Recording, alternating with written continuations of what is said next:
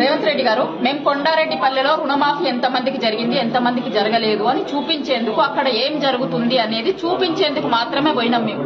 నిజంగా రుణమాఫీ జరిగితే జరిగినోళ్ళు జరిగిందని చెప్తారు, జరగనోళ్ళు జరగలేదని చెప్తారు. దానికోసం మీకు ఎందుకంటే అంత భయం? జర్నలిస్టులను ఆపాల్సినటువంటి అవసరం ఎందుకు వచ్చింది మీకు? మా మీద అటాక్ చేసిర్రు. అక్కడ మేము పోలీస్ స్టేషన్ కి పోయి కంప్లైంట్ ఇచ్చినాం.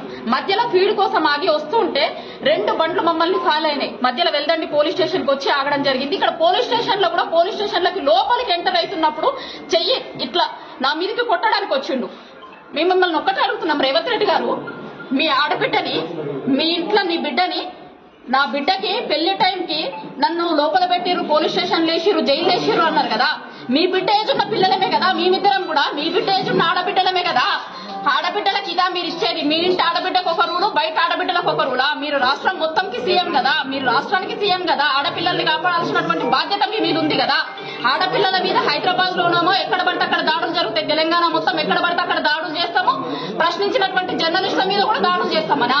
మీ బిడ్డకు ఒక రూలు, వేరే ఆడబిడ్డలకు ఒక రూలా? మేము కూడా తెలంగాణ ఆడబిడ్డలమే కదా.